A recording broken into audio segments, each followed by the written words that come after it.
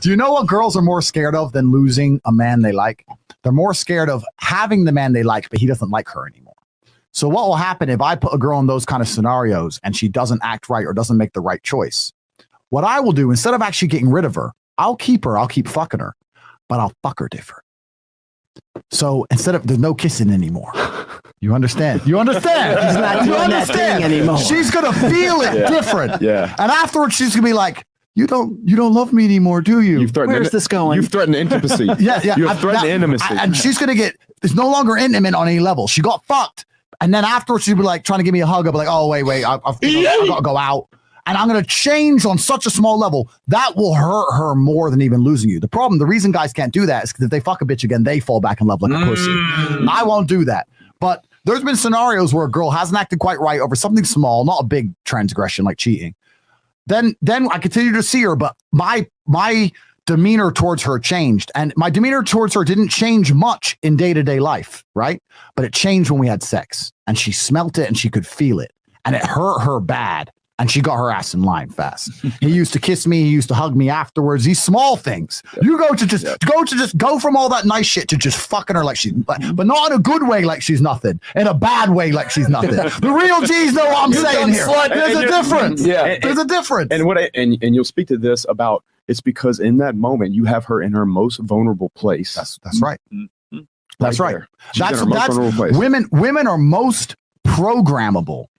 Because all women are programmed, and I want to say this. Maybe I'll be a misogynist now. Let's do it. All right, let's do it. I said this in another podcast. I believe that men are more capable of independent thought because I believe that men are more evolved for battle and war. So if we had an idea which nobody else agreed with, we're more capable of defending it.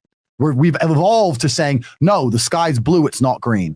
Okay, pull a sword out. We'll defend our idea. Women don't have the capability to defend themselves or their ideas. So they're going to go along with an idea they heard from somebody else in general, right? So all women are programmed. Women are programmed. They're either programmed by society as a whole, or if they're with a good man, they're programmed by the good man. That's basically where the programming comes from as a whole. So all women are programmed on some level.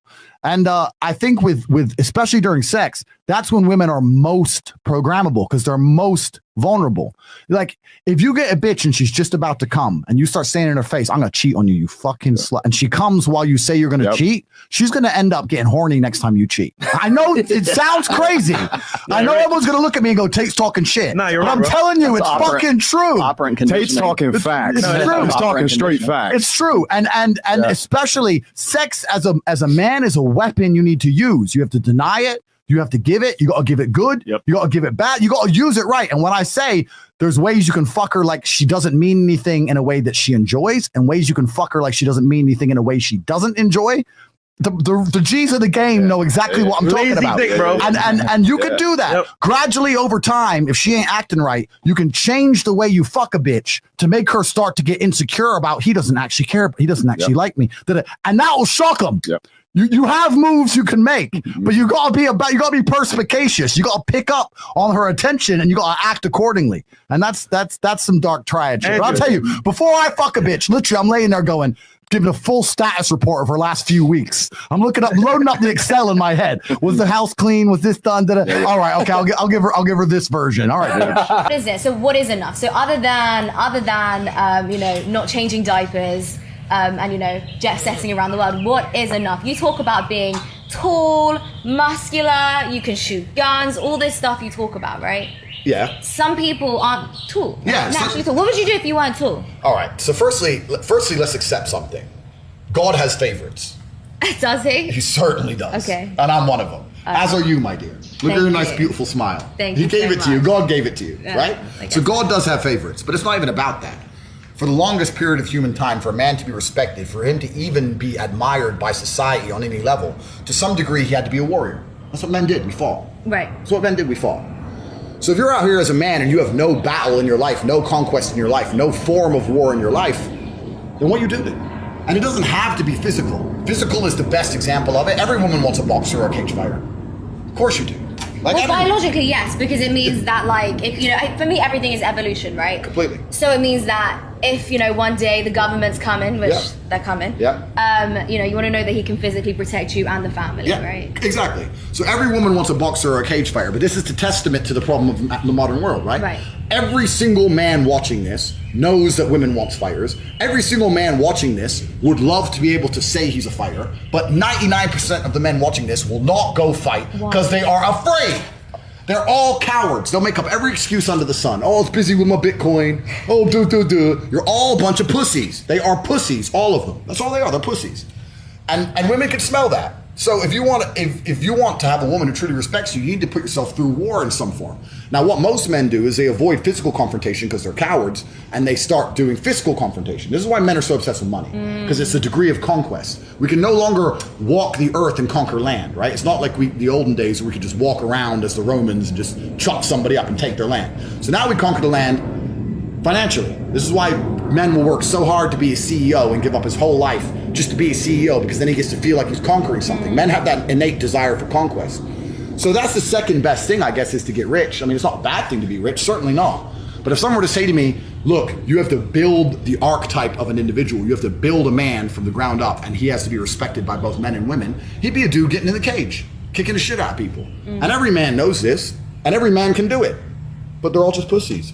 We suffer from modern society, and all of its problems suffers from the fact that we are plagued by monumental cowardice amongst the male population.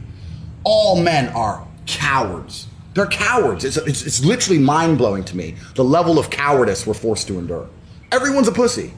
Everybody. Why though? Why? Because they've been deliberately designed to be pussies. The femme-centric systems has deliberately installed frames in their mind. Which femme-centric systems? Every single system is femme-centric. You get things wrong in relationships? Do you ever have to apologize, make amends to women for things you've done or said? No, because I will never apologize, because I don't make mistakes. Everything I do is conscious. So even if I do something you don't like. How do you know that?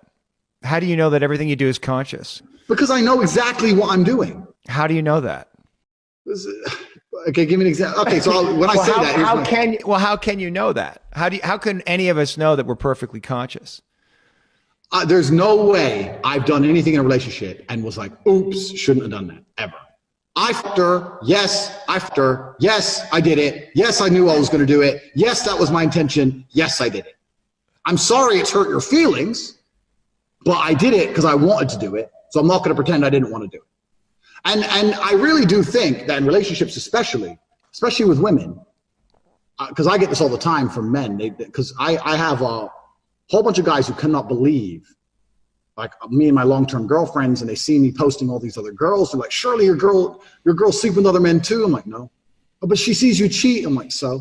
But because there's a whole level of cowardice to lying about things. I think that's what annoys women the most. So I'll give an example. If I have a girlfriend and I go out on a night out and I fuck someone, and then she catches me or finds a text message, and I'm like, oh, I don't know who she is. Oh, no, it wasn't me. It was my friend.